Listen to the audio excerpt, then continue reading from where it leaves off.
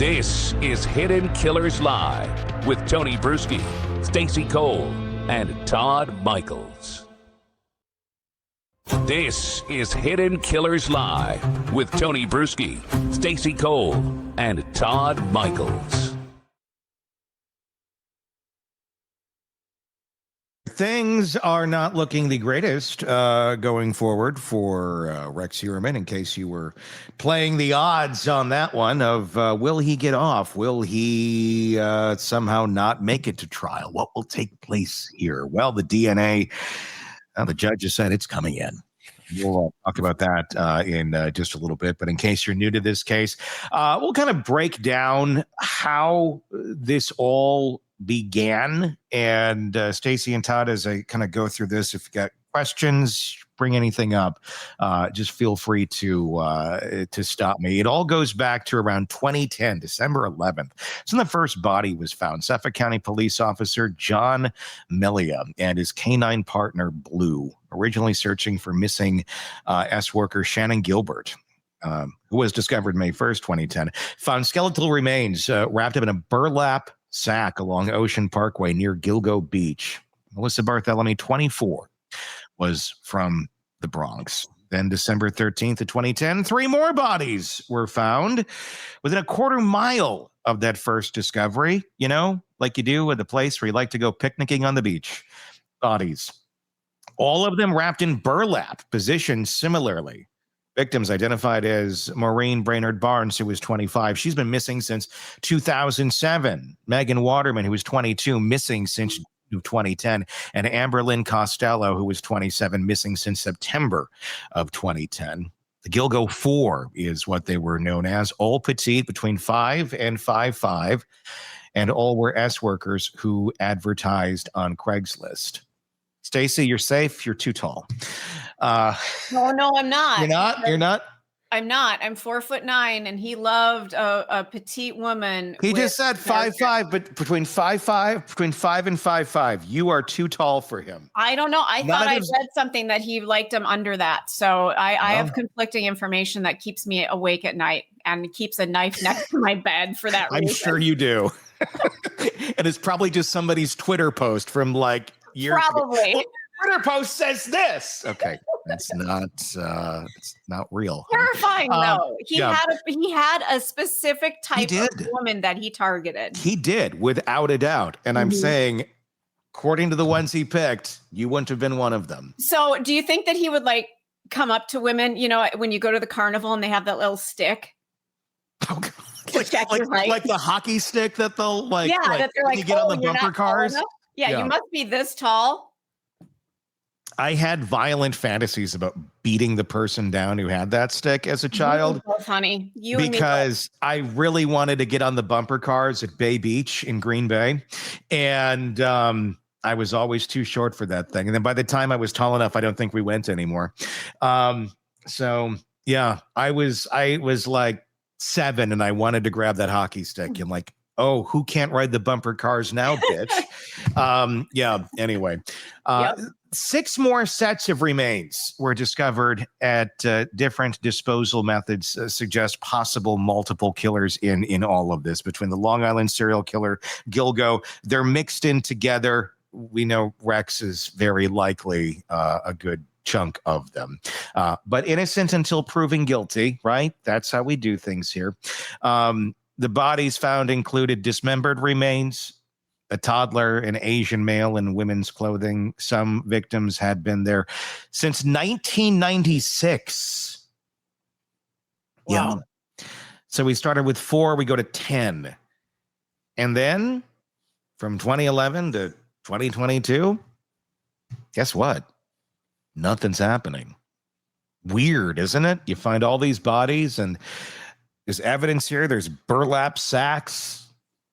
DNA on those burlap sacks. There's one person that seems to not be allowing this investigation to go much far forward. Oh, James Burke.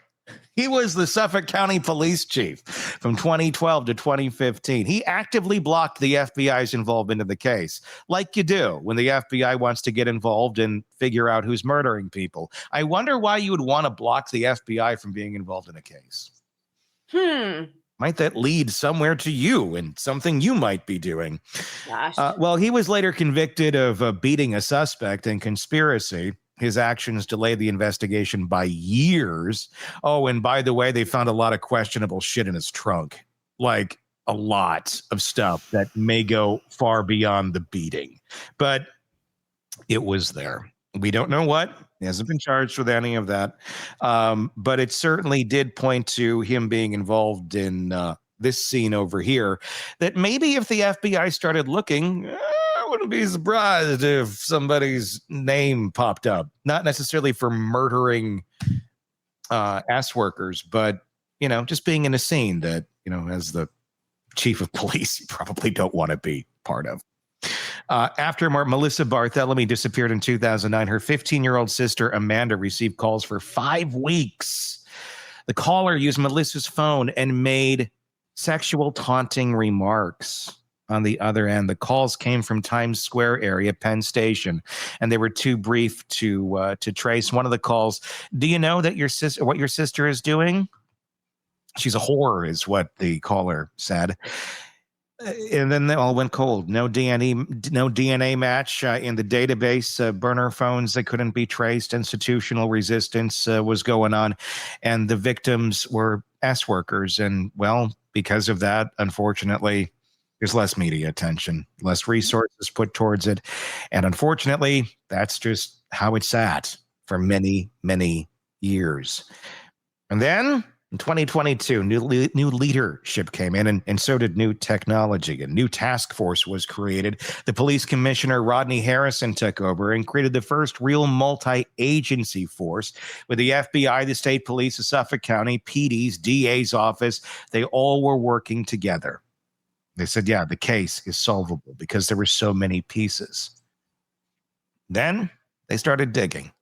March 14th of 2022, there's a Chevy Avalanche they wanted to get into. Witnesses from 2010 had seen Amber Costello leave with a man in a first-generation Chevy Avalanche. New York State Police investigator ran that through the database. Well, Rex Heuermann happened to own that exact vehicle. Google Maps Street View from 2011 confirms it at his house. Kind of a big moment in that observation.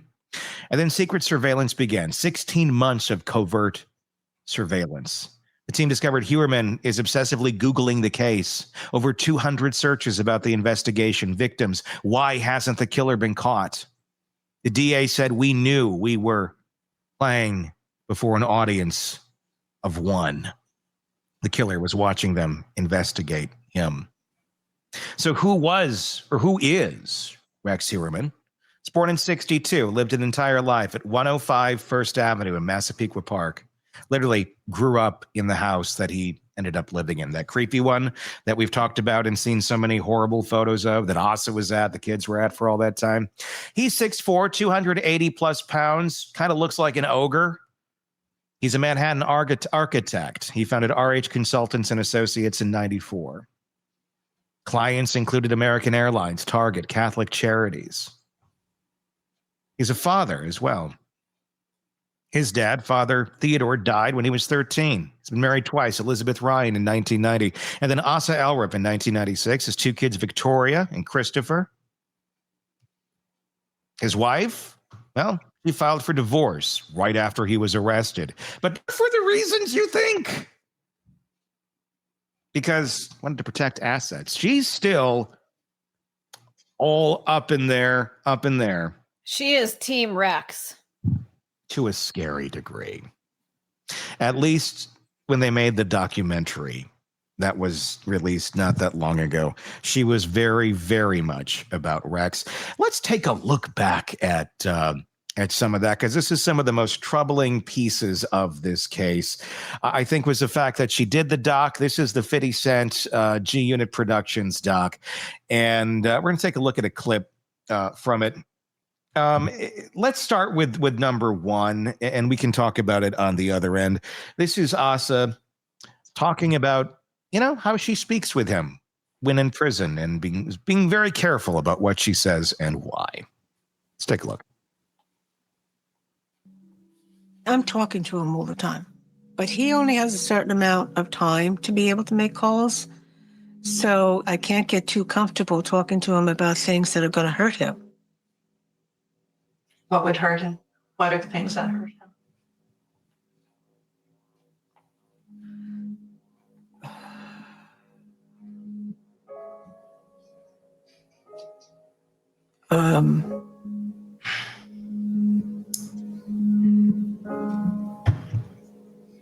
Telling him that I love him,